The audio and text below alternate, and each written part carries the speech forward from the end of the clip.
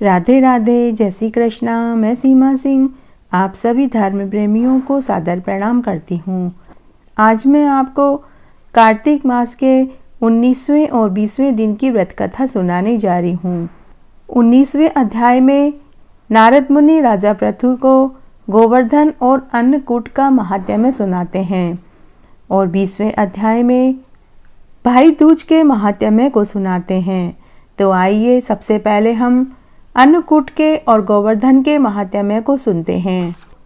गोवर्धन और अन्नकूट की ढेरों शुभकामनाएं।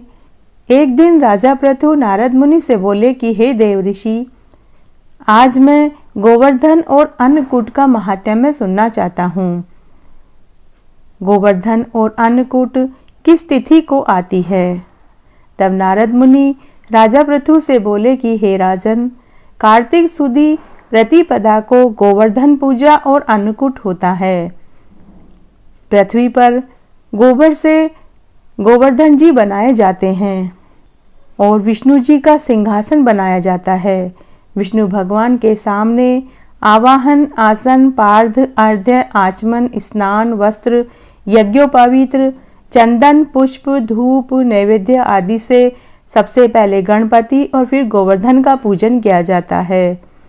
फिर अन्नकूट बनाकर पहले गोवर्धन जी के भोग लगाएं, फिर मंदिरों में भोग लगाएं, उसके बाद फिर ब्राह्मणों को भोजन कराएं और अन्नकूट के प्रसाद को जितना हो सके उतना बांटना चाहिए और फिर उसके बाद बंधु बांधवों सहित सम भोजन करें।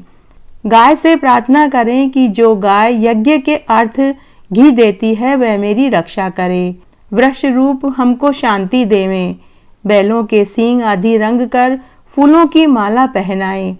कृष्ण, गोवर्धन, गो, बैल इन सब का पूजन करें और दिन के तीसरे भाग में मार्गपालिका बांधें। गो और सब लोग मार्गपालिका के नीचे से जाएं।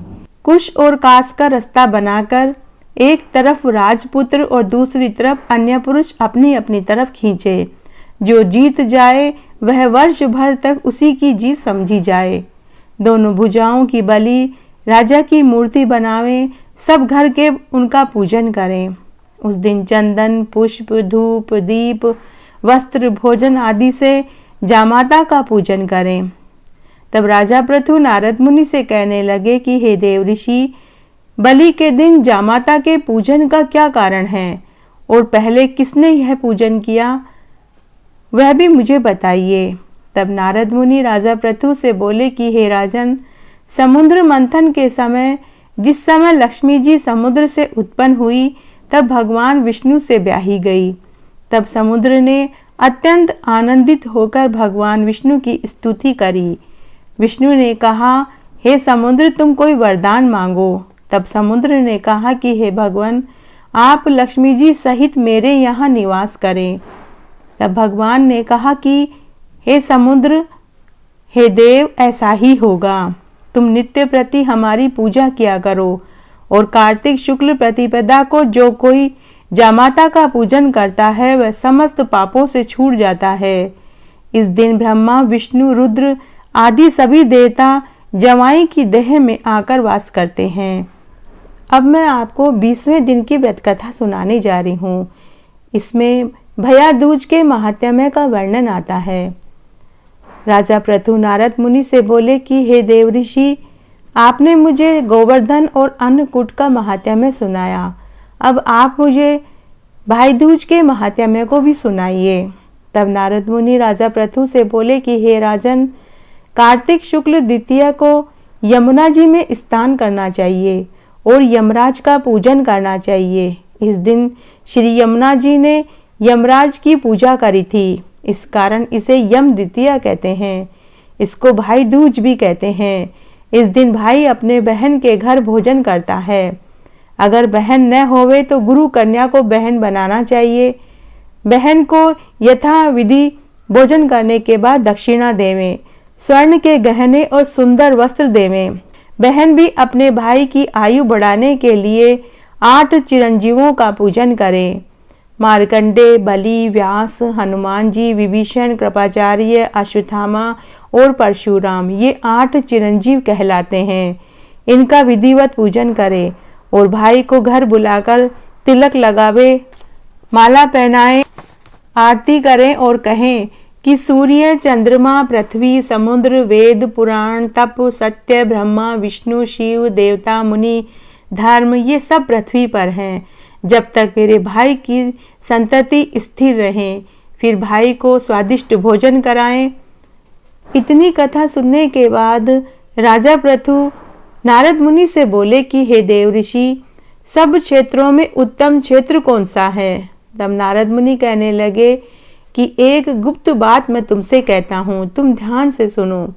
धर्म युक्त, सब पापों को नाश करने वाला, शुभ फलदायक, सबसे उत्तम क्षेत्र गंगा यमुना का संगम कहलाता है। ब्रह्म आदि देवता, ऋषि मुनि गंगा यमुना के सफेद और काले जल का सेवन करते हैं।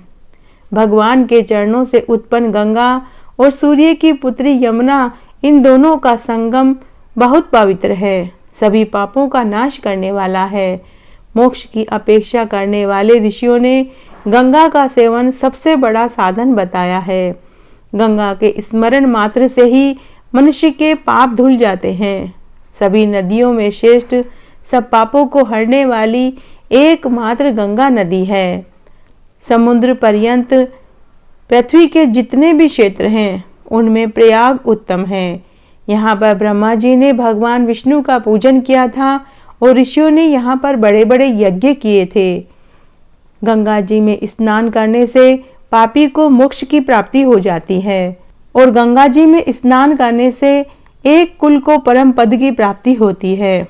गंगा जी में स्नान करने से माता पिता के कई कुलों को परम पद की प्राप्ति होती है। गंगा, तुलसी, भगवान की भक्ति, यह मोक्ष को प्रदान करने वाली है।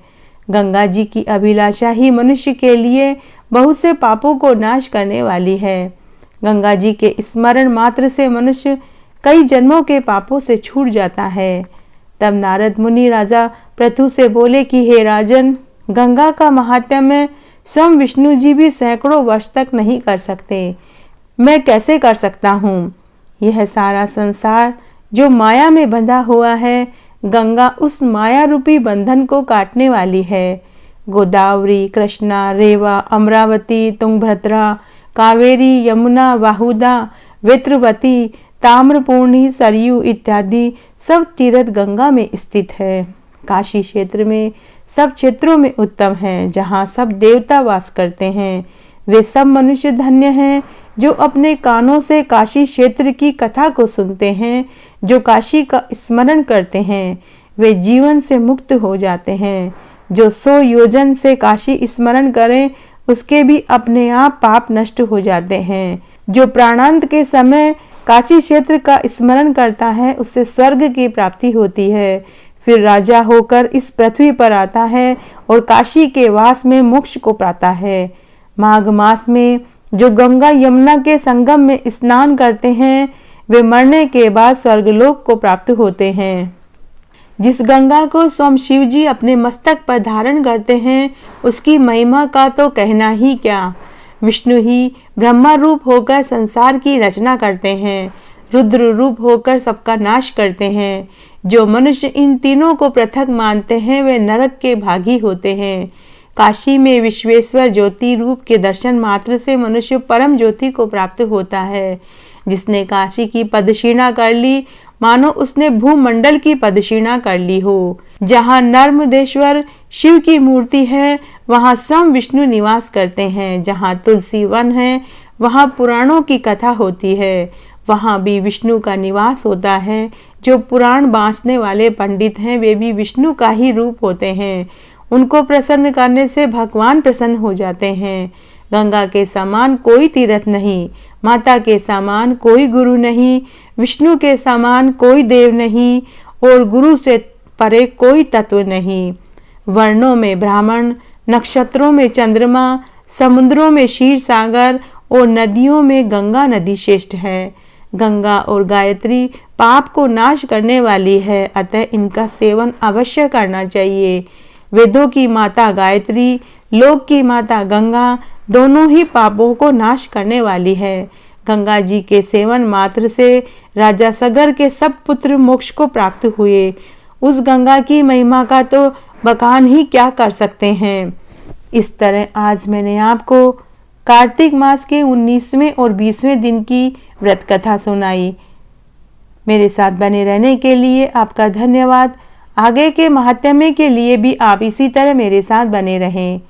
धन्यवाद।